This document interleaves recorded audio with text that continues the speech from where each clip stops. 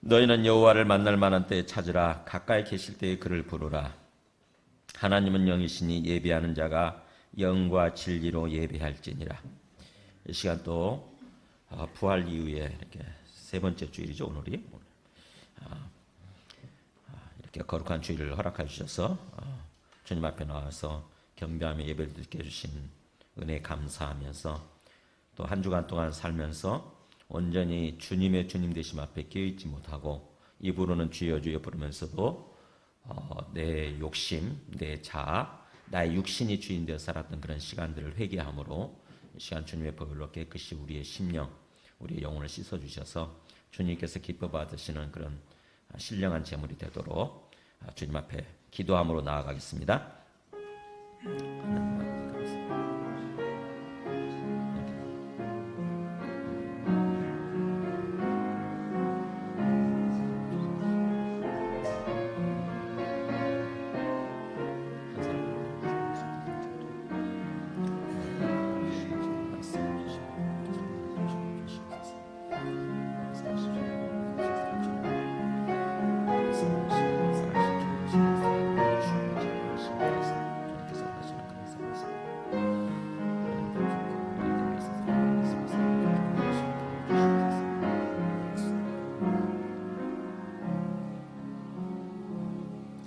만일 우리가 우리 죄를 자백하면 그는 미쁘시고 의로우사 우리 죄를 사하시며 우리를 모든 불의에서 깨끗하게 하실 것이요. 아멘. 주를 찬양하나이다. 마음을 담아서 가사에 마음을 담아서 주님 앞에 올려드리겠습니다.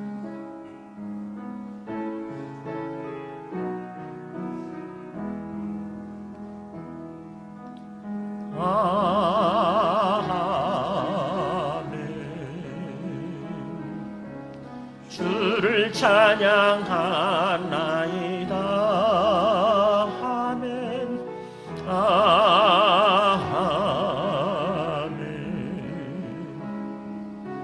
주를 찬양하나이다.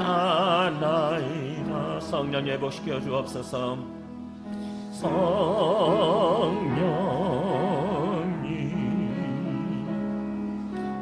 회복시켜 주옵소서. 아멘. 성령 치유하여 주옵소서. 치유하여 주옵소서. 아멘. 네, 오늘 말씀은 요한복음 21장 15절에서 22절까지만 봉독하겠습니다. 15절에서 22절까지 저와 여러분이 한 절씩 교독하겠습니다. 그들이 조반 먹은 후에 예수께서 시몬 베드로에게 이르시되 요한의 아들 시몬아 내가 이 사람들보다 나를 더 사랑하느냐 하시니 이르되 주님 그러하나이다. 내가 주님을 사랑하는 줄 주님께서 아시나이다. 이르시되 내 어린 양을 먹이라 하시고 또 두 번째 이르시되 요한의 아들 시몬아 내가 나를 사랑하느냐 하시니 이르되 주님 그러하나이다. 내가 주님을 사랑하는 줄 주님께서 아시나이다.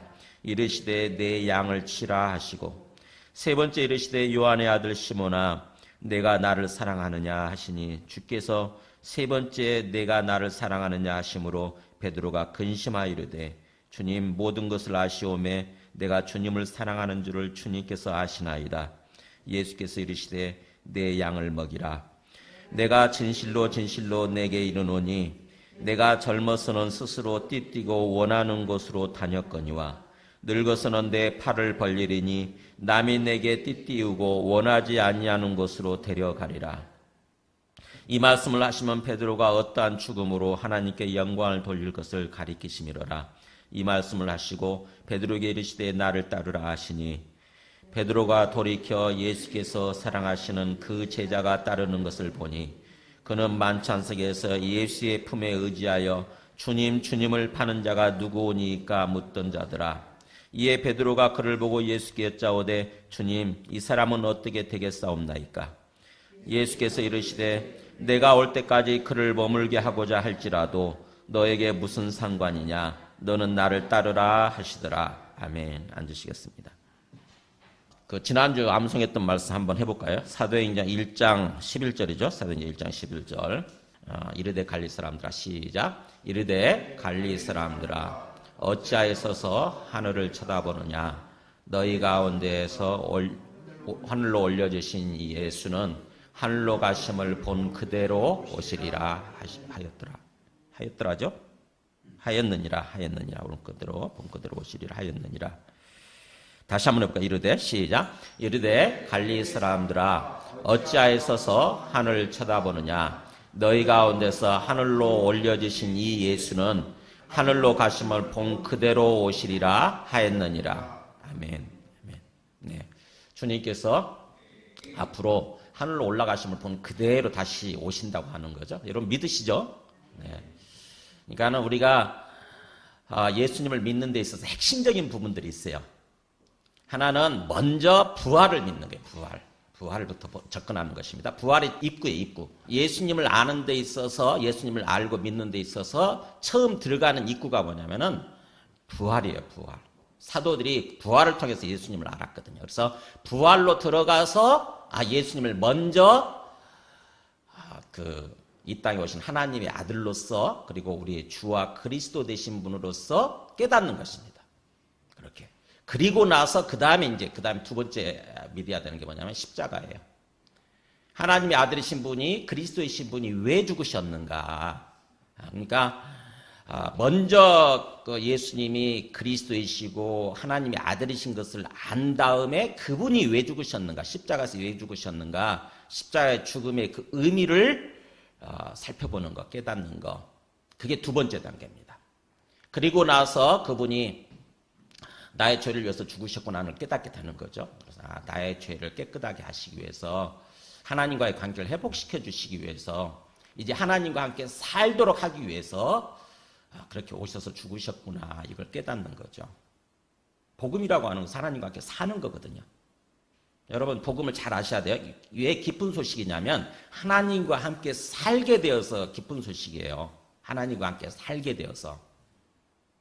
그러니까는 이 땅에서는 비록 영적으로 살죠. 영적으로. 하지만 나중에 예수님 오시게 되면은 이제 직접 보면서 사는 거죠. 그래서 기쁜 소식이라고 하는 것은 그렇게 하나님과 함께 사는 것. 그러니까는 진정으로 우리가 복음을 안다고 한다면 하나님과 함께 사는 데 초점을 맞춰야 되는 거죠. 하나님과 함께 살아가는 데 초점을 맞춰야 되는 거예요. 그렇게 두 번째 십자가를 그렇게 이제 깨닫게 되고, 죽음의 의미를 깨닫게 되고, 그 다음에 마지막 세 번째 단계가 뭐냐면은 바로 승천하신 것. 그래서 다시 오시기라고 약속해 주신 것. 이거를 믿는 거죠. 이걸 받아들이는 것입니다. 그래서 주님이 다시 오시기로 돼 있다고 한다면은 반드시 그날을 소망하면서 마음속에서 사는 거예요. 항상 마음속에 그걸 품고 이 땅에서 삶을 살되 마치 이 땅이 전부인 것처럼, 이 땅을 살다가 완전히 끝나는 것처럼 그렇게 어떤 뭐라고 그럴까요?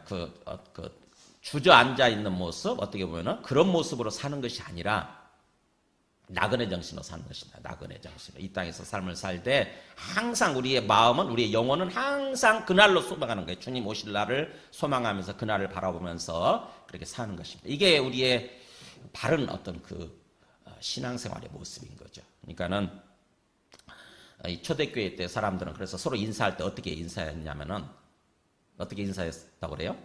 마라나타 그랬대요. 마라나타. 아멘 주 예수의 오시옵소서. 이렇게. 그러니까는 서로 인사하면서 아멘 마라나타 이렇게 하는 거예요. 서로 인사하면서 마라나타. 뭐예요? 서로 인사하면서 주님 오실 날을 마음속에 항상 서로 기억하는 거죠. 서로. 옆에 있는 분들한테 한번 인사해 볼까요? 마라나타 이렇게 해볼까요? 네. 아멘 주 예수의 오시옵소서, 이런 뜻이에요. 그러니까 초대교회 사람들은 정확하게 제대로 정말 주님을 믿었던 것 같아요. 부활로 들어가서 그 다음에 십자가에 죽으신 의미를 깨닫고, 그 다음에 항상 주님 오실 날을 소망하고 기대하면서 그렇게 삶을 산 거죠. 그러다 보니까는 우리의 심령이 부패하지 않도록 이렇게 지켜준 거죠. 그게 없으면 우리 심령이 고여 있게 됩니다. 그러면 이제 썩고 부패하게 되는 거죠. 마치 이 세상이 전부인 것처럼 그냥 거기서 우리의 마음을 다 팔아버리고 그렇게 살게 되는 거죠. 항상 주님을 바라보는, 항상 우리 앞에 부활하셔서 살아계시는 주님을 바라보는 것입니다. 우리 우리 시민 형제 어제 요즘 참 굉장히 고민이 많죠? 제가 이 답변을 해주려고 하다가 안 적었는데 항상 주님을 믿는 믿음이 실제가 돼야 돼요. 실제가. 그러니까는 제가 그랬죠. 항상 주님을 믿는다고 하면 앞을 바라보는 거예요. 우리 앞에 계시는 주님을 바라보는 거예요. 처음에는 그게 좀 어색하고 이상할지 모르지만 주님께서 말씀해 주셨기 때문에 그게 사실이니까, 그게 객관적인 사실이니까 어느 순간에 믿음을 가지고 주님을 바라보려고 하게 되면은 주님이 내 앞에 계시는 거, 내 앞에 살아계시는 거, 그것이 느껴지기 시작해요. 인식이 돼요. 확실하게. 선명해져. 우리 앞에 계시는 주님이 선명해져서 주님과 영적으로 이렇게 교통이 일어나요. 커뮤니케이션이 일어나는 거야. 그게 바로 주님과 함께 영적으로 사는 거예요. 뭐 기도를 통해서나 이렇게 예배를 통해서나 그 주님에 대한 어떤 믿음이 선명해지게 되면은 우리 앞에 이제 그 주님이 살아계시는 것이 선명해지고 주님과 교통하는 삶이 일어나게 되는 거죠. 그게 믿음이에요. 그게 믿음. 그래서 그렇지 않고 세상을 바라보는 사람들을 바라본다거나 세상을 바라보게 되면은 그야말로 소망이 없어요. 왜 저렇게 살지 이런 생각이 들고 어차피 죽을 건데 왜 저렇게 그야말로 우리 그 시민형제 표현을 빌자면 치열하게 살까? 왜 그렇게 저렇게 아둥바둥하면서 살까 이런 생각이 들죠. 치열하게란 말이 아마 그런 뜻으로 이해를 했는데, 그러니까는 왜 저렇게 막 뭔가 아둥바둥하면서 왜 저렇게 그렇게 살까? 좀 힘든 모습으로 살까? 그런 생각이 들 텐데, 네, 주님 바라보는 거예요. 주님. 그렇게 되면은 참 이 땅의 인생이 아무것도 아니지만 사실은 불과 조금 살다 가는 거잖아요. 100년 조금 이쪽 저쪽 100년도 채 못 살다 가는 거지만 허무하죠. 인생. 그것 자체로만 생각하면 허무해요. 인생이. 정말 아무것도 아니에요. 근데 주님을 바라보게 되면 이 땅의 삶이 전부가 아니라 영원으로 이어진다고 하는 것 때문에 이 땅의 삶을 더 제대로 살아야 되겠다. 이제 영생을 준비하면서 영원을 준비하면서 제대로 살아야 되겠다 이런 생각이 들게 되고, 그렇게 되면은 이 땅에서 삶이 허무하게 느껴지지 않아요. 정말 제대로 살아야 되겠구나. 진짜 열심히 살아야 되겠구나. 진짜 주님 앞에서 주님의 관점에서 열심히 살아야 되겠구나. 이런 생각이 드는 거죠. 자, 오늘 여러분 정말 주님께서 부활하셨고 그래서 그분이 지금도 살아계시고 지금도 내 앞에 살아계시고 그분이 나의 주님 되신다고 하는 그런 것들 믿으세요? 여러분? 네. 그리고 주님 사랑하는 마음이 어떠세요? 저는 이 부분이 굉장히 고민됐었거든요. 제가 주님을 믿기는 믿는데 주님 사랑하는 마음이 제 안에 없는 거예요. 잘 모르겠더라고. 그 부분이 너무너무 숙제였어요. 아무리 십자가를 생각해도 내 안에 주님 사랑하는 마음이 막 불릴 듯 일어나지 않는 거야. 맹숭맹숭한 거야. 뭔가 안 느껴지고 내 안에 막 감동이 막 이렇게 뭔가 그 뜨거움이 이렇게 끌어올라야 되는데 이게 없는 거예요. 저한테 참 숙제였어 이게. 주님 사랑하는 마음이 없는 거. 근데 오늘 말씀을 보면은 주님께서 베드로에게 3번에 걸쳐서 질문하는 게 뭐예요? 너가 나를 사랑하느냐? 요한의 아들 시몬아, 너가 나를 사랑하느냐? 너가 나를 사랑하느냐? 너가 나를 사랑하느냐? 이렇게 질문하시잖아요. 주님께서 우리에게 이런 질문을 지금 한다고 한번 생각해 보세요. 과연 우리가 자신 있게 맞습니다. 주님 정말 이 베드로처럼 정말 주님 정말 사랑합니다. 제 안에 막 주님을 사랑하는 마음이 넘칩니다. 끌어오릅니다. 이렇게 대답할 수 있을 것인가? 저는 이 굉장히 오랫동안 숙제였어요. 주님 믿는다고 그러면서도 정말 오랫동안 숙제였어요. 그렇다고 해서 주님 사랑 안 한다고 주님 사랑하는 마음이 없다고 이렇게 얘기하기는 좀 그렇고 참 숙제했어요. 어떻게 하면 주님 사랑하는 마음이 생길까요? 어떻게 하면 주님 사랑하는 마음으로 가득 차게 될까요? 여러분 한번 생각해 보세요. 자, 오늘 말씀이 한번 우리 정말 주님 사랑한다고 한다면은 우리 찬송을 하나를 할 때에도 그 마음을 가지고 이렇게 불러야 되거든요. 아까 우리 그런 그 찬송들이 찬양했었잖아요. 주 예수보다 더 귀한 것은 없네. 이게 자칫하게 되면은 정말 입에 발린 소리가 되는 거죠, 그죠? 막 엄청난 도전을 하잖아. 이 세상 부귀와 바꿀 수 없네. 이 세상 명예와 바꿀 수 없네. 이 세상 행복과 바꿀 수 없네. 저는 이 찬송하면서 사실은 이 부분 부를 때 이 세상 부귀까지는 그래도 포기할 수 있겠더라고. 또 이 세상 명예도 포기할 수 있을 것 같아. 근데 이 세상의 행복과 바꿀 수 없네. 이럴 때는 쏙 들어가는 거예요, 제 마음속에. 왜냐하면 하나님이 우리를 행복하게 하시기 위해서, 행복한 삶을 살도록 하기 위해서 우리를 택하고 불러주시고 우리를 구원해 주신 것 같은데, 이것도 다 이렇게 내려놓으라고 한 것 같으니까 자신이 없더라고요. 근데 정말 우리가 주님을 사랑하는 마음이 있게 되면은 다른 어떤 모든 것들은 상대적인 것으로 전락합니다. 아무것도 아니라고 하는 걸 깨닫게 돼요. 진짜 주님이 절대 주님이 되시고 정말 내 앞에 살아계시는 하나님이 되신다.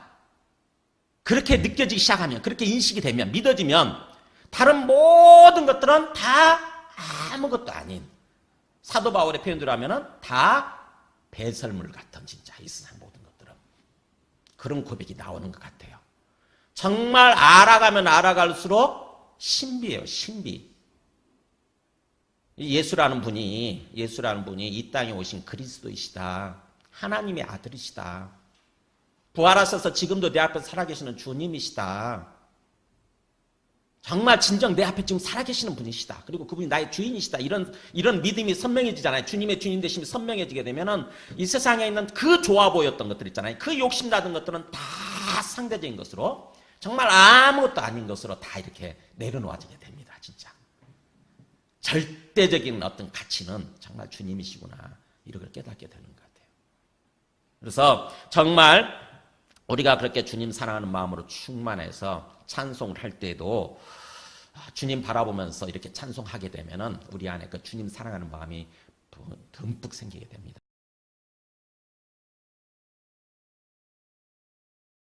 정말 찬송하면서 이렇게 참 주님 바라보면서 눈물을 흘릴 수 있는 그런 어떤 살아있는, 정말 주님에 대한 어떤 그 사랑하는 마음이 충만한, 성령께서 부어주시는 그런 어떤 감동으로 충만한 그런 모습인 거죠. 좀 한순간을 살더라도 저렇게 살았으면 좋겠어요. 정말 주님 사랑하는 마음이 충만해가지고. 오늘 말씀은 이 요한복음 앞에서 주님께서 부활하신 다음에 40일 동안 이 땅에 살아계셨다고 그랬죠? 그죠? 사도행전 1장 3절에 보면은, 바로 가까우니까 한번 보세요. 거기 오늘 본문하고 가까우니까. 사도행 1장 3절에 보면은, 그가 고난 받으신 후에 또한 그들에게 확실한 많은 증거로 친히 살아계심을 나타내사 40일 동안 그들에게 보이시며 하나님 나라의 일을 말씀하시니라. 그러니까 예수님께서 부활하신 다음에 40일 동안 곧바로 하늘로 가시지 아니하시고 40일 동안 이 땅에 계시면서 뭘 나타내고자, 뭘 증명해 보이고자 하셨냐면은 자기가 살아계신다고 하는 거. 그게 주제예요. 그죠? 1장 3절에, 사도행 1장 3절의 주제가 친히 살아계심을 나타내 보이기 위해서. 그러니까 지금도 살아계시는 거죠. 예수님의 부활이라고 하는 것은 그거예요. 어떤 나사로의 부활이나 이런 어떤 그 과부의 아들의 부활, 이런 것과는 다르게 뭐냐면은, 그들은 부활했지만, 죽은 자 가운데 살아났지만, 얼마 안 있다가 다시 죽은 거고요. 죽은 거고, 예수님의 부활은 다시 죽지 않는 영원한 부활이었거든요. 영원한 부활. 그래서 지금도 그분이 살아계세요. 그거를 보여주시기 위해서 40일 동안 이 땅에 확실한 많은 증거를 가지고, 강조하지 않습니까? 확실한 많은 증거를 가지고 친히, 그러니까 주님께서 수많은 증거들, 아마 자신의 어떤 부활의 흔적, 어떤 그 손의 못자국이나 또는 발의 어떤 그 못자국이나 이런 걸 보여주실 뿐만 아니라 하나님의 말씀을 가지고, 성경의 구약에 예언된 말씀을 가지고 보여주셨겠죠. 그리스도가 이 땅에 오시게 되면은 죽으실 뿐만 아니라 부활하시게 돼 있는 거. 우리 시편 16편에도 나오잖아요. 그래서 부활하시게 돼 있는 그 말씀을 가지고 확실하게 40일 동안 무려 그걸 보여주셨다고 하는 거죠. 그래서 주님께서 이 땅에 계시면서 40일 동안 하신 일, 부활하신 주님께서 40일 동안 하신 일이 사실은 요한복음으로 얘기하면은 그 도마를 만난 일이에요. 첫 번째는 도마를 만난 일. 그 다음에 두 번째가 바로 오늘 본문 베드로를 만나 주신 거예요. 그러니까는 도마는 뭐예요? 주님께서 부활하신 후에 여드름 만에 8일째 되는 날 만나셨지 않습니까? 그래가지고 도마를 통해서 그 도마를 만나셔서 뭘 해결하시냐면은, 도마는 안 믿었잖아요. 예수님의 부활하셨다고 하는 사실을 도저히 믿을 수가 없었어요. 근데 도마를 만나 주심으로써 예수님의 부활이 사실이구나. 예수님의 부활이 진짜구나. 그렇다고 한다면은 부활하신 예수님은 뭐라고 고백하는 거예요? 부활하신 예수님을 향해서 나의 주님이시요 나의 하나님이십니다. 이렇게 고백하는 거죠. 그래서 도마는 바로 우리를 대표해요. 부활하신 주님을 한 번도 본 적이 없기 때문에 그걸 믿지 못하는 사람들 있잖아요. 그 사람들, 우리 모두죠. 그 사람들을 대표하는 게 바로 이 도마예요. 그래서 도마의 이야기를 통해서 우리 모두도 예수님의 부활이 사실이구나. 그렇다고 한다면 부활하신 예수님은 나의 주님이 되시고 나의 하나님이시구나라고 고백해야 되는 거. 이거를 얘기해 주는 거죠. 이거. 부활하신 예수님은 나의 주님이세요. 그리고 나의 하나님이세요. 진정한 고백이 이루어져야 되는 거예요. 정말 부활하신 주님 믿는다고 한다면. 그 다음에 두 번째 40일 동안 계시면서 두 번째 이렇게 해주신 일이 뭐냐면은 바로 이 요한복음 21장이에요. 요한복음 21장 바로 베드로를 만나 주신 것입니다. 여러분 요한복음 21장 천천히 읽어보시게 되면은 처음에 여러 명 제자들 다 만나죠. 그랬다가 궁극적으로 오늘 본문부터 보면은 그 주님의 관심이, 주님의 시선이 어디로 향해요? 베드로로 향해요. 베드로. 그러니까 요한복음 21장은 사실은 베드로장이에요. 베드로장. 그러면 내용은 뭐냐? 내용은 분명히 베드로나 베드로 다른 제자들은 부활한 주님을 만났잖아요. 그렇죠? 부활한 주님을 분명히 믿어요. 근데 문제는 뭐냐면은 그 다음에 어떤 삶을 살아야 될지를 모르는 거예요. 부활하신 주님을 아는데, 부활한 주님을 믿는데 어떤 삶을 살아야 될지 모르는 것입니다. 구체적으로. 우리가 그럴 수 있잖아요. 우리가 부활하신 주님을 향해서 나의 주님이시고 나의 하나님이십니다. 이렇게 고백은 하지만 구체적으로 그렇다면 내가 남은 내 생애를 어디다 초점 맞추고 무엇을 위해서 살아야 되지? 라고 모르는 사람들 있잖아요. 그러다 보면은 방황을 합니다. 우리 한번 보세요. 그 2절에 보면은 누구 끼어 있냐면은 20장 2절에 보면은 베드로뿐만 아니라 누구도 있냐면 도마도 있어요. 도마. 아까 바로 그랬잖아요. 앞에서 나의 주님이시고 나의 하나님이십니다라고 고백했던 도마도 거기 끼어 있고요. 그 다음에 나다나엘도 있고 세베대의 아들들 누구죠? 요한과 야고보. 세베대의 아들들이죠. 요한과 야고보도 있고 그 다음에 또 다른 제자 둘이 있고 총 몇 명이에요? 7명이나 있어요. 7명. 11명 중에 7명이나 거기 끼어 있다고요. 그러니까는 다 그야말로 부활하신 주님을 만난 사람들이고 고백한 사람들이야. 주님을 향해서. 근데 그 사람들이 3절에 보니까 시몬 베드로가 어느 순간에 나는 물고기 잡으러 가노라 이렇게 얘기를 해요. 나 물고기 잡으러 갈래? 이런 거죠. 나 물고기 잡으러 옛날에 자기가 했던 일이죠. 그죠? 물고기 잡는 어부 출신이니까 난 물고기 잡으러 갈래. 그러니까는 옆에 있던 제자들도 다 뭐예요? 우리도 함께 갈래. 그런 거죠. 우리도 함께 가겠다 그러면서 하나둘 다 따라 나서 가지고 전부 다 고기 잡으러 간 것입니다. 자, 뭐예요? 분명히 부활한 주님을 알았고 주님의 부활을 알았고 부활하신 주님을 향해서 나의 주님이시고 나의 하나님이십니다라고 다 고백한 사람들인데 어떻게 살아야 될지를 모르니까 뭐예요? 또다시 뭔가 옛날 삶의 모습으로 돌아가 버린 듯한 그런 모습인 거죠. 뭔가 지금 영적으로 방황하고 있다는 생각이 안 드십니까? 그래서 가서 열심히 밤새 고기를 잡지만 역시 못 잡죠. 그죠? 한 마리도 못 잡아요. 옛날하고 똑같잖아요. 옛날 주님을 처음 만날 때하고 똑같지 않습니까? 한 마리도 못 잡아요. 주님이 나타나셔가지고 묻지요. 그죠? 주님이 서 계셨지만 몰라보고 또 5절에 보니까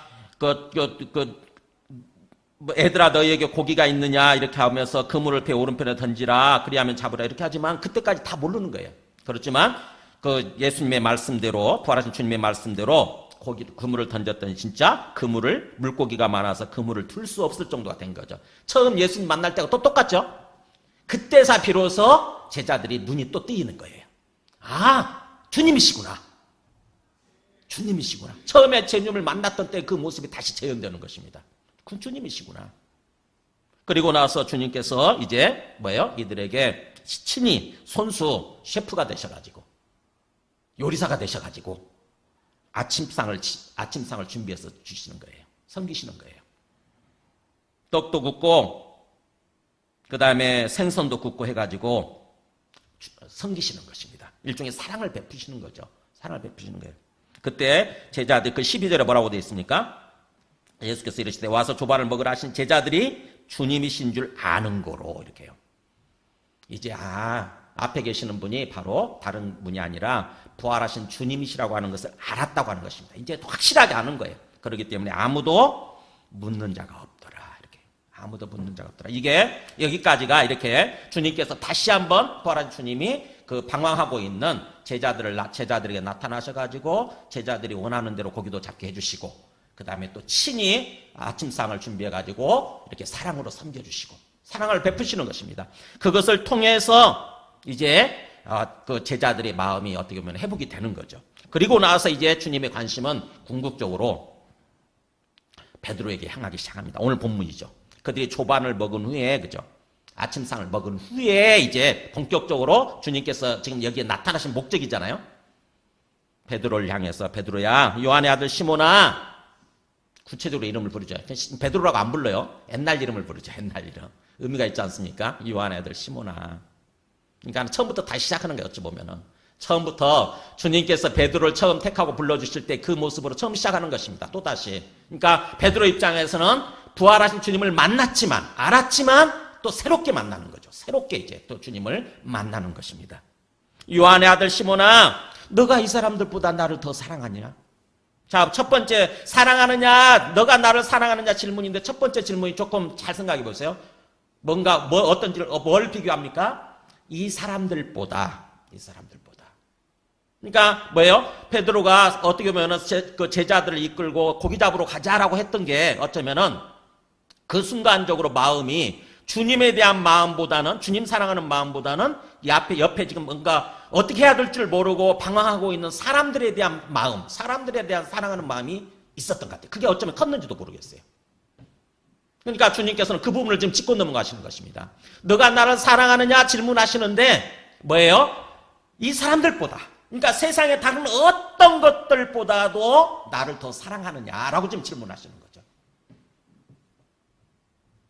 우리가 주님 사랑하는 웬만하면 다 하죠. 그죠? 기본적으로는 주님 사랑하는 마음 조금씩은 다 있잖아요. 근데 중요한 것은 뭐냐면은 다른 것들하고 비교했을 때, 세상의 다른 어떤 것들하고 비교했을 때 뭐예요? 그것들보다 더 사랑해야 된다고 하는 것입니다. 우리가 이 땅에서 살아가는데 필요한 것들 있잖아요. 우리 어떤 재물, 우리 어떤 자식, 우리 어떤 명예, 이 모든 것들 기본적으로 사랑하는 마음이 다 있어요. 우리 마음속에. 그런데 뭐예요? 그런 다른 어떤 것들보다도 주님 사랑하는 마음이 더 우리 안에 커야 되고 우선이 돼야 된다고 하는 것입니다. 주님 사랑하는 정도에 있어서. 지금 주님께서는 지금 먼저 그 부분을 짚는 거예요. 베드로를 향해서. 너가 이 사람들보다 나를 더 사랑하느냐. 그랬더니 아주 쉽게 대답하네요. 베드로가 주님 그러하나이다. 내가 주님을 사랑하는 줄 주님께서 아시나이다. 그랬더니 내 어린 양을 먹이라 이렇게 말씀하시고 그 다음에 두 번째 또 물으세요. 요한의 아들 시몬아, 너가 나를 사랑하느냐. 그러니까 또 두 번째도 또 쉽게 대답해요. 주님 그러하나이다. 내가 주님을 사랑하는 줄 주님께서 아시나이다. 그랬더니 내 양을 치라. 거기서 끝날 줄 알았는데 세 번째 또 질문해요. 똑같은 질문이에요. 요한의 아들 시몬아, 너가 나를 사랑하느냐. 자, 여기까지 질문 받게 되면 여러분 어떤 생각이 드세요? 똑같은 질문인데 반복하고 있습니다. 요한의 아들 시몬아, 너가 나를 사랑하느냐? 너가 나를 사랑하느냐? 이 말은 무슨 말이에요? 진짜로 너가 나를 사랑하느냐 이거잖아요. 그죠? 진정으로 너가 나를 사랑하느냐? 반복한다고 하는 것은 그냥 쉽게 대답하지 못하게 만들죠. 그죠? 진짜 생각해보고 정말 내가 주님을 사랑하는가? 이렇게 생각하게 되지 않습니까? 그러니까는 이 베드로도 주님께서 그렇게 세 번째 질문하시니까 그 다음 표현이 어떻게 돼요? 주께서 세 번째 너가 나를 사랑하느냐 하심으로 베드로가 근심하여 이르되 마음속에 근심이 잔뜩 가득해지게 됩니다. 뭐예요?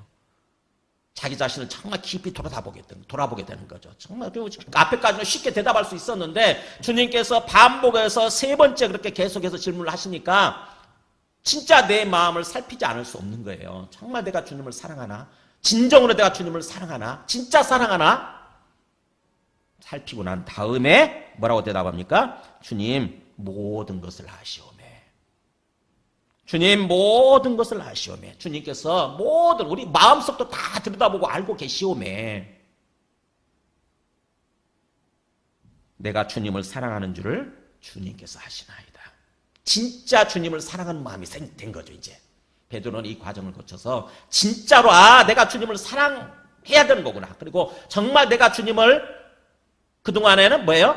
진짜로 사랑하는 마음이 별로 없었구나. 이걸 깨닫게 되고 주님의 반복된 질문을 통해서 진짜로 사랑하는 마음을 이제 회복하게 된 것입니다. 주님께서는 지금 이걸 원하신 거예요. 이거를. 반복해서 질문하신 이유가 뭐냐면은 진짜로 주님을 사랑하는지 점검하도록, 진짜로 주님을 사랑하는 마음을 회복하도록 그걸 원하신 거예요. 우리가 쉽게 말할 수 있어요. 저 주님 믿습니까? 부활하신 주님 믿으세요? 그러면 또 다들 쉽게 대답하죠. 아, 그럼요. 저 주님 부활하신 거 당연히 믿죠. 그럼 주님 사랑하십니까? 그러면 또 그럼요. 주님 사랑해요. 쉽게 대답을 하는데, 우리 마음을 살피고 계시는 주님 앞에서 정말 정직하게 진실되게 주님 앞에서 우리가 고백할 수 있어야 되는 것입니다. 그럴 때 비로소 주님께서는 우리 삶을 진정으로 주님께서 인도해 주시게 되는 거예요. 자, 그렇게 주님을 사랑한다고 한다면, 정말 주님을 우리가 부활하신 주님을 알고 주님을 사랑한다고 한다면은 주님께서 우리에게 원하시는 삶이 뭐예요? 네, 내 양을 치라. 내 어린 양을 먹이라. 그리고 내 양을 먹이라. 이렇게요. 양 치는 삶이에요. 양 치는 삶. 즉 뭐예요? 양을 친다. 양을 먹인다라고 하는 것은 뭡니까? 바로 양이 뭐예요? 어린 영혼들이에요. 영혼들. 어린 영혼들. 정말 주님을 사랑한다고 한다면은 우리의 삶의 어떤 그 마음의 관심이 어디로 가야 된다고 하는 거예요? 네, 다른 영혼들한테로 향해야 된다고 하는 것입니다. 그러니까 하나님과의, 주님과의 수직적인 관계에 머무르지 않고 우리 사랑의 마음이 뭐예요? 수평적으로 다른 사람들에 대한 관심, 다른 영혼들에 대한 관심으로 나아가야 된다고 하는 거예요. 그러니까 궁극적으로 우리의 삶의 목표가 뭐냐? 우리 삶의 목표가 영혼들에 대한 관심, 영혼들에 대한 사랑, 영혼들을 돌보고 영혼들을 세우는 그런 삶으로 살아야 된다고 하는 것입니다. 지금 주님께서 이 베드로에게 나타나셔서 지금 이 말씀하고자 하는 게 뭔지를 한번 깊이 생각해 보세요.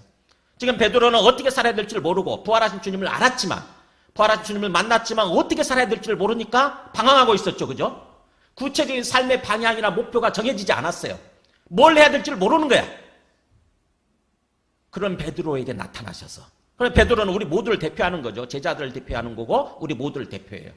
부활하신 주님까지는 믿는 그런 우리 모두를 대표하는 것입니다. 그럼 베드로에게 나타나셔서 정말 너가 나를 믿고 나를 사랑한다고 한다면 그 다음에는 어떤 삶을 살아야 된다고요? 네, 수평적으로 영혼들에 대한 관심, 영혼들에 대한 사랑, 영혼들을 돌보고 영혼들을 세워가는 그런 영적 목자로서의 삶을 살아라라고 지금 말씀하시는 것입니다. 많은 사람들이요, 예수님을 믿는다고 그러지만은 거기까지 안 가요. 대부분의 사람들이 그냥 수직적인 관계에서 주님과 나와의 1대1 관계에서만 머무르는 경우가 참 많아요. 그냥 주님 앞에서 내가 열심히 살면 되지, 구태에 내가 다른 사람들한테 신경 쓰고 뭐 다른 사람 구원을 위해서 또는 다른 사람 영적 성숙을 위해서, 성장을 위해서 내가 그냥 귀찮은데 뭐 신경 쓸 필요가 뭐 있나, 이런 생각을 하는 거죠. 갈수록 우리 신앙이 세속화되어 갈수록 그런 경향은 강해져요. 그런 성향 굉장히 강해집니다. 자꾸 약해져요. 수평적인 관계가 자꾸 약해져요. 그냥 주님 앞에 와서 내가 그냥 예배 드리면 그걸로 전부가 되는 거죠. 근데 주님께서는 지금 베드로를 향해서 그렇게 얘기하시는 거예요. 정말로 나를 믿고 나를 사랑한다고 한다면 이제 너의 관심은 뭐예요? 너의 생애는 바로 양들을 먹이는 삶, 양들을 돌보는 삶을 살아야 된다라고 지금 말씀하시는 거예요. 베드로에게 주시는 말씀은 우리 모두에게 주시는 말씀이세요. 여러분, 우리 인생에 있어서 되게 이제 우리 인생이 복받은 인생이다 그러면은 되게 어떻게 생각을 해요? 그러면은 우리 시집장가 결혼해가지고 자식들 낳고 또 그 자식들이 뭐예요? 결혼해가지고 또 어떤 손주를 낳고 하는 그런 어떤 뭔가 3대, 4대를 보는 어떤 그런 삶, 그 삶은 정말 복받은 삶입니다. 되게 뭐 다른 거 많이 안 가져도 그걸 굉장히 복되다고 그러잖아요. 그죠? 이렇게 뭔가 이렇게. 그렇듯이 영적으로도 마찬가지예요. 영적으로도 우리 신앙생활에 있어서 가장 궁극적인 어떻게 보면 주님께서 원하시는 그런 삶의 모습은 그냥 나 혼자 있는 모습으로, 영적으로 살아있는 나 혼자 있는 모습으로 끝나는 것이 아니라 뭐예요? 내가 가서 다른 사람들에게 복음을 전하고 다른 사람들을 또 돌보고 다른 사람들을 세워가지고 그 사람이 또 다른 어떤 그 영적 자식을 낳는 걸 보는 거. 영적으로 3대, 4대가 되는 거죠. 그걸 보게 될 때 우리 마음속에 큰 어떤 기쁨과 감동이 있는 거예요. 그렇게 함으로써 또 주님의 복음이 증거되는 거고 땅끝까지 복음이 증거되는 거고 뭐예요? 하나님 나라가 세워져 가게 되는 거죠. 이 땅에. 땅끝까지 하나님 나라가 세워져 가게 되는 거예요. 주님께서는 우리에게 그런 삶을 원하시는 거예요. 지금 베드로를 향해서 그렇게 말씀하시는 것은 그런 가운데 주님께서는 18절부터 그 22절까지 보게 되면은 앞으로 어떤 삶을 닥치게 될 것인지 얘기를 하죠. 어떤 앞으로 베드로의 마지막 생애가 어떻게 될 것인지 18절에 나오죠. 내가 진실로 너에게 이르노니 너가 젊어서는 스스로 띠띠고 원하는 곳으로 다녔거니와 그러나 이제 늙어서는 너의 팔을 벌리리니 남이 너에게 띠띠우고 원하지 아니하는 곳으로 데려가리라. 이게 뭘 의미하는 거예요? 십자가예요. 십자가 죽음이에요. 십자가 죽음. 베드로야, 네가 젊어서 이때까지는 네 마음대로 네가 띠뛴다는 게 혓대잖아요. 혓대. 허리띠예요. 허리띠를 띠고 네 마음대로 네가 원하는 삶을 살았겠지만 그러나 앞으로는 이제 뭐예요? 네가 원하지 않는다 할지라도 원하지 않지만 남이 네 팔을 벌리게 만들고 그 다음에 너를 원하지 않는 곳으로 데려가게 될 거다. 그러니까 너는 십자가에 죽게 될 거다라고 하는 거예요. 십자가에 죽게 될 거다. 실제로 베드로는 십자가에 거꾸로 못 박혀서 죽었다고 그러죠. 거꾸로 십자가에 못 박혀서 순교했다고 그래요. 감히 내가 어떻게 주님처럼 똑바로 십자가에 못 박혀서 죽겠습니까? 그러면서 거꾸로 못 박혀서 죽었다고 그래요. 그러니까 주님께서는 지금 베드로에 그런 얘기를 하는 거예요. 너가 앞으로 너의 마지막 생애, 이제부터 너의 생애는 그야말로 네가 네 마음대로 사는 생애가 아니라 주님이신 내가 원하는 삶을 살아야 될 거고 또 죽음도 네가 원하지 않는 그런 죽음까지도 맞이하게 될 거다. 그런데도 불구하고 뭐예요? 너는 나를 따르라 이렇게 말씀하셨어요. 나를 따르라. 그랬더니 베드로가 어떻게 20절에 베드로가 대답하죠? 쭉 주변을 둘러보니까 누가 있냐면은 예수께서 사랑하시는 그 제자 누구예요? 요한이에요. 요한. 사도 요한. 요한이 그 옆에 붙어 있는 것입니다. 요한하고는 항상 경쟁 관계 있잖아요. 항상 나이벌이었잖아요. 그죠? 요한하고는 항상 나이벌이었어요. 베드로가. 근데 요한이 지금 그 옆에 붙어 있는 것입니다. 그러니까는 요한한테 관심이 많아요. 21절에 뭐라고 합니까? 그를 보고 예수께 짜오되 주님 이 사람은 어떻게 되겠사옵나이까? 저는 그렇게 죽는다 할지라도 저는 그렇게 살다가 죽는다 할지라도 그러면 저 요한은 어떻게 될까요? 우리가 그렇잖아요. 보면은 주님께서 우리한테 말씀을 하세요. 항상 이렇게 베드로를 통해서 베드로에게 주시는 말씀을 통해서 우리가 어떤 삶을 살아야 된다고 말씀을 하는데 우리 관심은 뭐예요? 그거를 내한테만 무조건 받아들이고 주님만 바라보는 것이 아니라 우리는 항상 주변을 봐요. 주변의 어떤 그 분위기, 주변의 어떤 흐름, 그 다음에 다른 사람들한테 자꾸 관심을 쏟아요. 저 사람은 어떻게 될까? 저 사람은 왜 저렇지? 그러나 주변이 흘러가는 대로 나도 뭔가 그 분위기에 편승해가지고 가려고 하는 그런 모습이 있는 거죠. 그게 뭐냐면은 우리는 항상 절대적으로 주님만 바라봐야 되는데 우리가 항상 우리 문화가 있잖아요. 우리를 둘러싸고 있는 이 세상 문화는 뭐냐면은 항상 다른 사람들하고 비교하고 경쟁하고 그래서 항상 상대평가하는 거 있잖아요. 상대평가. 내가 저 사람보다 낫느냐 못하느냐 이거에 익숙해 있거든요. 항상. 우리가 학교 다닐 때부터 그렇잖아요. 누가 1등하고 누가 뭐하고 어쩌고 하는 거 항상 그랬잖아요. 그러다 보니까는 영적으로도 흔히 그렇게 생각을 하기 쉬워요. 항상 영적으로. 지금 주님께서 베드로에게 말씀해 주시는데도 불구하고 베드로의 관심은 옆을 보는 것입니다. 사도 요한 나의 나이벌. 저 사람은 또 어떻게 될까? 그랬더니 주님이 뭐라고 말씀하십니까? 22절에 같이 읽어볼까요? 시작. 예수께서 이르시되 내가 올 때까지 그를 머물게 하고자 할지라도 너에게 무슨 상관이냐? 너는 나를 따르라. 이 말씀 때문에 원래 제목을 제가 너는 나를 따르라 이렇게 했다가 그냥 평범한 제목으로 너가 나를 사랑하느냐로 이렇게 바꿨는데 최종 결론이에요. 주님께서 베드로에게 앞으로 어떤 삶을 살아야 될지를 말씀해 주시는 가운데 다른 사람 신경 쓰지 말고 그러잖아요. 다른 사람한테 그게 중요한 게 아니고 다른 사람이 어떻게든 그게 중요한 게 아니고 설령이란 말이 거기 들어가 있는 거예요. 사실은 설령 내가 다시 올 때까지 내가 다시 오게 돼 있는 내가 다시 올 때까지 저 사람을 그때까지 살아 남겨둔다 할지라도 설령 그렇게 된다 할지라도 너하고는 아무 상관없다. 네한테 무슨 상관이냐 그게. 너는 너에게 주어진 길 내가 너에게 준 길 그것만을 걸어가면 된다라고 얘기를 하는 것입니다. 그러니까 세상 문화, 사탄이 이끌어가고 있는 이 세상 문화 거기에서 벗어나서 세상의 어떤 가치관, 세상의 어떤 그런 모습에서 벗어나 세상적인 의식에서 벗어나서 뭐예요? 주님께서 나에게 뭐라고 말씀하셨나? 주님께서 나에게 어떤 삶을 살아가기를 원하시나 그것만 받아들이면 되는 거예요. 그것만. 다른 사람 신경 쓰지 않고 오직 주님 앞에서 주님만 바라보고 내게 주어진 길을 걸어가면 되는 것입니다.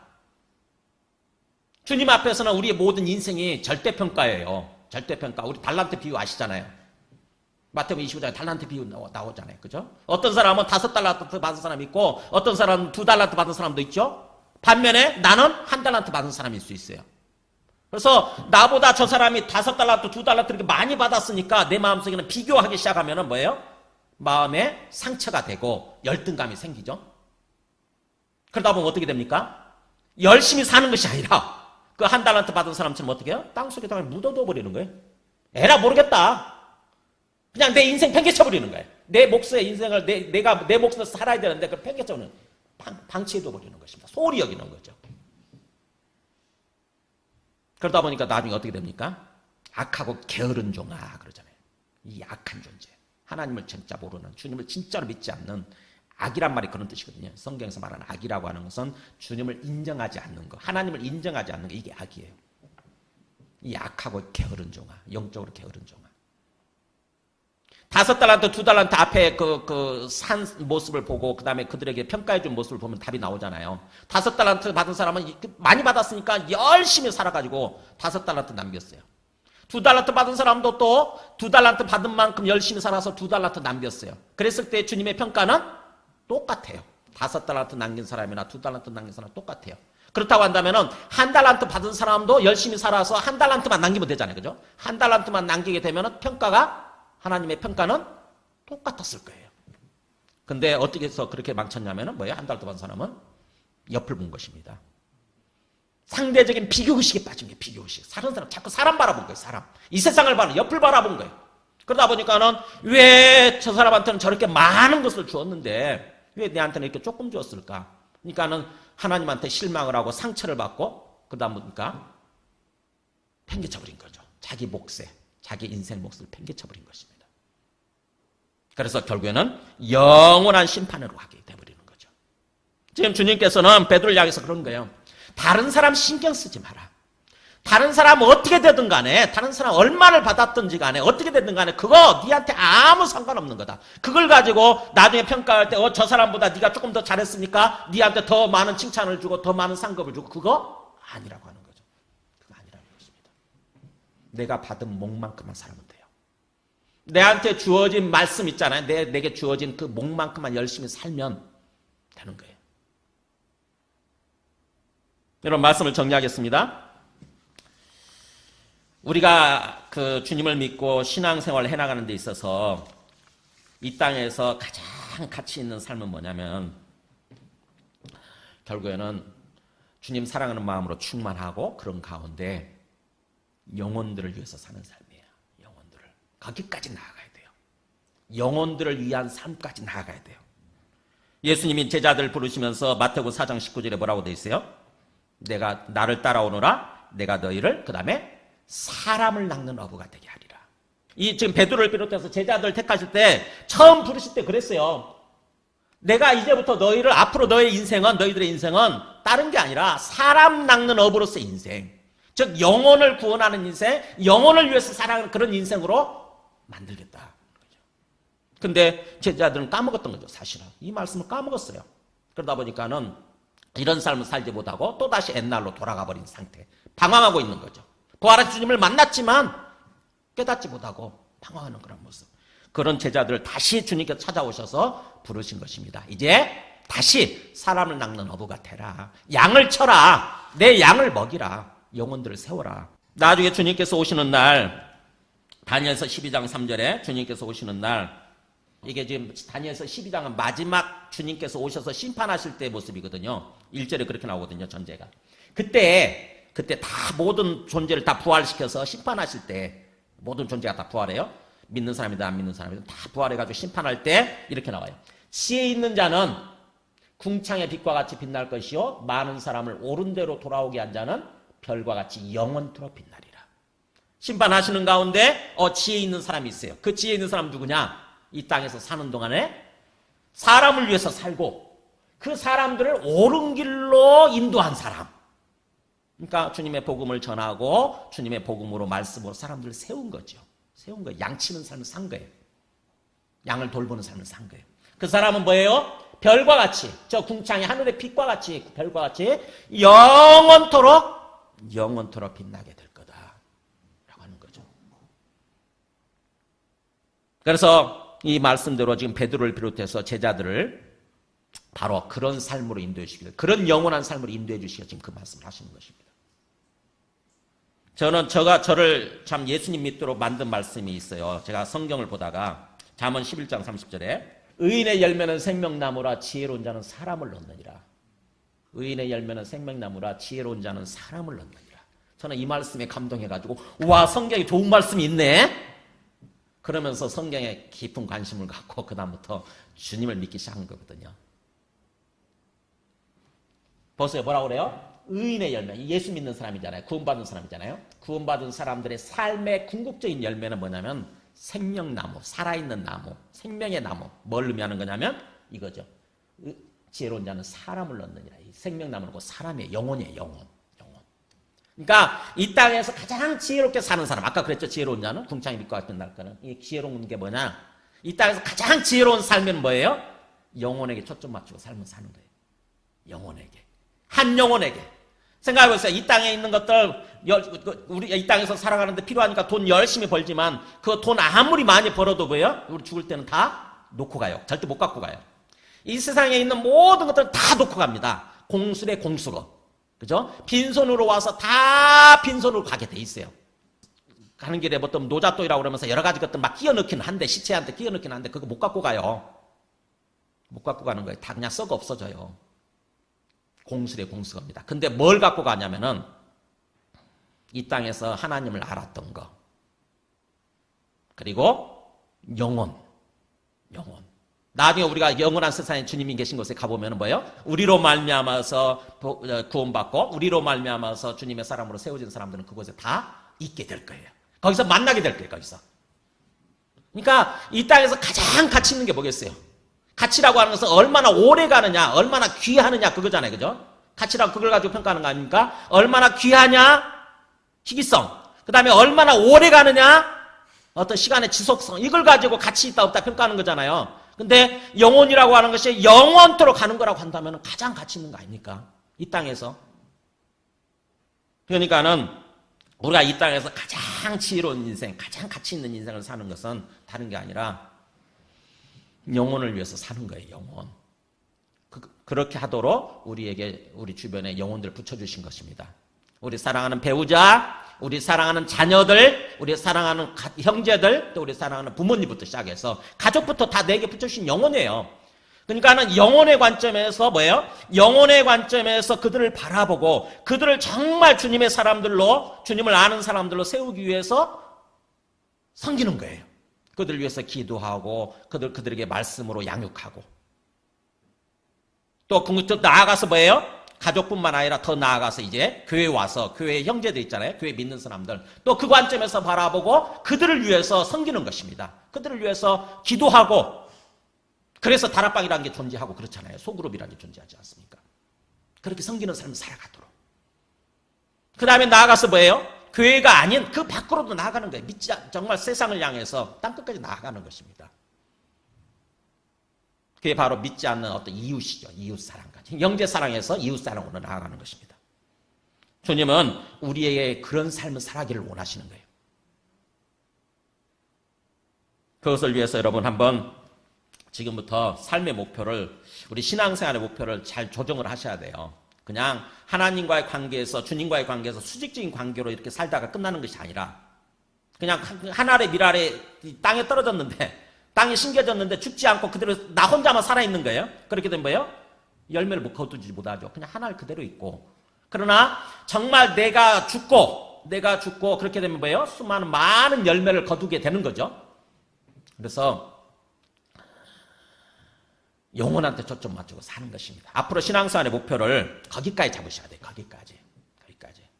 그러니까 지금부터 내 주변에 있는 영혼들을 주님의 관점에서 바라보고 어떻게 하면 저 사람들을 정말 정말 예수님 잘 믿는 사람으로 정말 주님의 사람들로 세울 수 있을까? 그래서 저들도 진정으로 또 어디 가서든지 이렇게 영혼을 낳고 또 영혼들을 세워갈 수 있는 그런 사람들로 또 세워질 수 있을까? 이런 관점에서 바라보고 그런 관점에서 계속 그 관점에서 인생을 사는 것입니다. 저는 선교단체 출신이에요. 선교단체 출신들은 그 마음이 거기서 한 3년 이상, 2, 3년 이렇게 딱 있다 보니까 저는 2학년 때부터 있었거든요. 대학 2학년 때부터 4학년 때까지 쭉 이렇게, 그 다음에 졸업해서도 좀 있었죠. 있다 보니까 어느새 제 가치관이 그런 쪽으로 변하더라고. 그래, 진짜 영혼을 위해서 살아야 되는 거구나. 정말 주님을 위해서 사는 게 영혼을 위해서 사는 거고, 영혼을 위해서 사는 게 주님을 위해서 사는 거구나 해가지고, 저의 관심을 그쪽으로 바꿨어요, 이제. 근데, 일반적인 교회 생활을 하는 사람들은 그게 별로 강조가 되지 않다 보니까 그냥 신앙생활을 그냥 나 혼자 개인적으로 신앙생활을 하면은 되는 것으로 거기까지만 항상 머물러 계시더라고요. 근데 성경이 말씀하는 것은 주님께서 말씀하신 것은 그게 아닌 거죠. 정말 영혼을 세워가는 거, 거기까지 가는 거 한번 깊이 생각해 보시기 바랍니다. 그래서 나를 통해서 영혼들이 구원받고 그 사람들이 뭔가 또 이렇게 하나님 나라의 일꾼으로 세워지고 그런 영적인 어떤 그 자손을 보고 영적인 어떤 그 손자들까지 이렇게 보는 그런 모습, 거기다가 목표를 두고 지금부터 기도하시면서 한번 살아보시기 바랍니다. 우리 함께 찬송하고 기도하겠습니다. 찬송가 315장.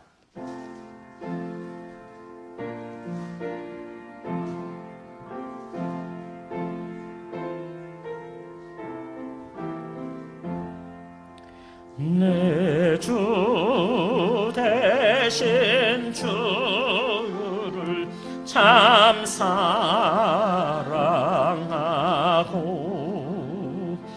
곧 그에게 죄를 받고 합니다.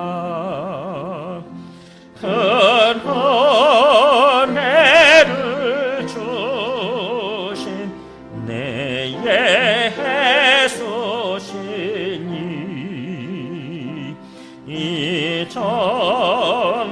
이전보다 더욱 사랑합니다.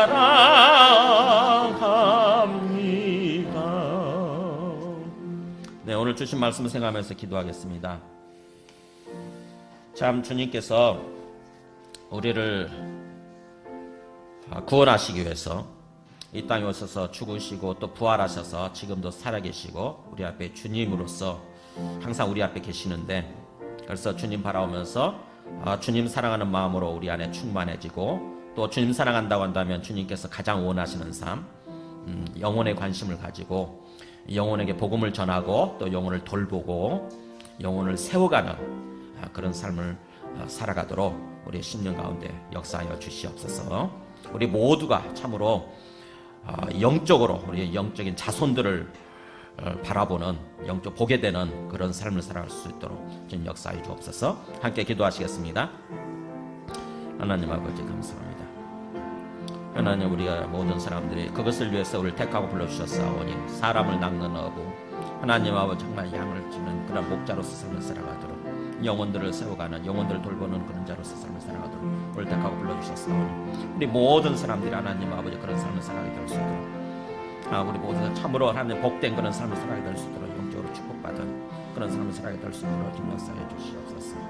주님 앞에서 나 혼자 하나님 앞 1대1로 삶을 살다 마치는 것이 아니라 나를 통해서 많은 사람들이 주님께 나아오게 되어지고 주님을 믿게 되어지고 주님 앞에 세워지는 그런 삶이 될 수 있도록 좀 역사해 주시옵소서. 2절부터 하시면서 봉헌하시겠습니다. 내 주 날 사랑하사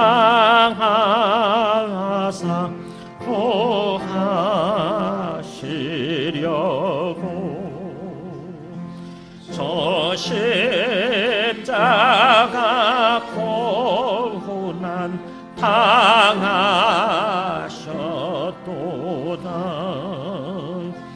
그 가시관 서신 내 주 배우니 이전보다 더